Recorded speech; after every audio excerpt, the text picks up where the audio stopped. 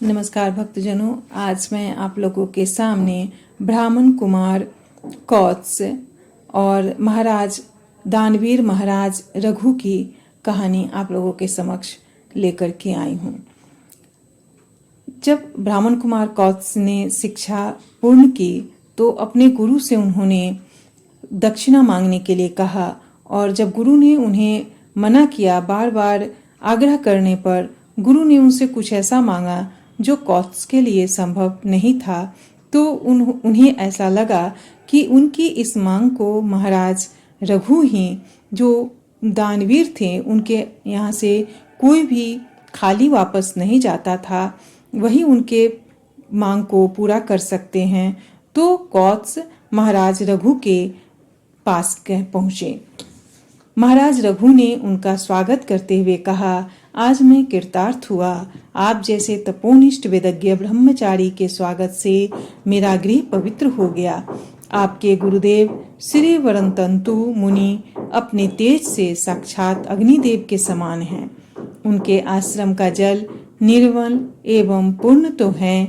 वर्षा वहाँ ठीक समय पर होती है ना? आश्रम के निवार समय पर पकते हैं तो? आश्रम के मृग एवं तरु पूर्ण प्रसन्न है ना? आपका अध्ययन पूर्ण हो गया होगा। अब आपके गृहस्थ आश्रम में प्रवेश का समय है, तो मुझे कृपा पूर्वक कोई सेवा सूचित करें। मैं इसमें अपना सौभाग्य मानूंगा। महाराज के कुशल प्रश्न शिष्टाचार मात्र नहीं थे। उनका तात्पर्य था इंद्र, वरुण, अग्नि, वायु, वन देवता, पृथ्वी, सबको वे दंडधर शासित कर सकते थे। तपोमूर्ति ऋषियों के आश्रम में विघ्न करने का साहस किसी देवता को भी नहीं करना चाहिए। ऐसे धर्मज्ञ थे राजा रघु।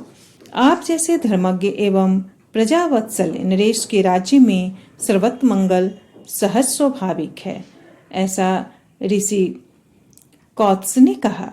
ब्राह्मण कुमार कौत्स ने कहा, आश्रम में सर्वत्र कुशल है। मैंने गुरुदेव से अध्ययन के अनंतर गुरु दक्षिणा मांगने का आग्रह किया। वे मेरी सेवा से ही संतुष्ट थे, पर मेरे बार बार आग्रह करने पर उन्होंने 14 कोटि स्वर्ण मुद्राएं मांगी, क्योंकि मैंने उनसे चतुर्दश विद्याओं का अध्ययन किया है। नरेंद्र, आपका मंगल हो। मैं आपको कष्ट नहीं दूंगा। पक्षी होने पर भी चातक सर्वस्व अर्पित कर सहज शुभ्र वने घनों से याचना नहीं करता। आप अपने त्याग से परमोज्वल है, मुझे अनुमति दे। कौत्स ने देखा था कि महाराज के शरीर पर एक भी आभूषण नहीं है। मिट्टी के पात्रों से उस चक्रवर्ती ने अतिथि को अर्घ्य एवं पाद्य निवेदित किया था। यज्ञांत में महाराज ने सर्वस्व दान कर दिया था। राजमुकुट और राजदंड के अतिरिक्त उनके समीप कुछ नहीं था। आप पधारे हैं तो मुझ पर दया करके 3 दिन मेरी अग्निशाला में चतुर्थ अग्नि की भांति सुपूजित होकर निवास करे। रघु के यहाँ से सुयोग्य वेदज्ञ ब्राह्मण निराश लौटे, यह कैसे सहा जाए? कौत्स को महाराज की प्रार्थना स्वीकार करनी पड़ी। मैं आज रथ में शयन करूंगा, उसे शस्त्रों से सज्जित कर दो। कुबेर ने कर नहीं दिया है। यज्ञ के अवसर पर संपूर्ण नरेश कर दे चुके थे। संपूर्ण कोष दान हो चुका। अतिथि की याचना पूरी किए बिना भवन में प्रवेश भी अनुचित जान पड़ा महाराजा रघु को। कुबेर तो दूसरे देवताओं के समान स्वर्ग में नहीं रहते, उनकी अलका हिमालय पर ही तो है। तब वे भी चक्रवर्ती के एक सामंत ही हैं, कर देना चाहिए उन्हें। महाराज ने प्रातः अलका पर आक्रमण का निश्चय किया। देव, कुशागर के स्वर्ण वर्षा हो रही है। ब्रह्म मुहूर्त में महाराज नित्य कर्म से निवृत्त होकर रथ पर बैठे। उन्होंने शंख ध्वनि की।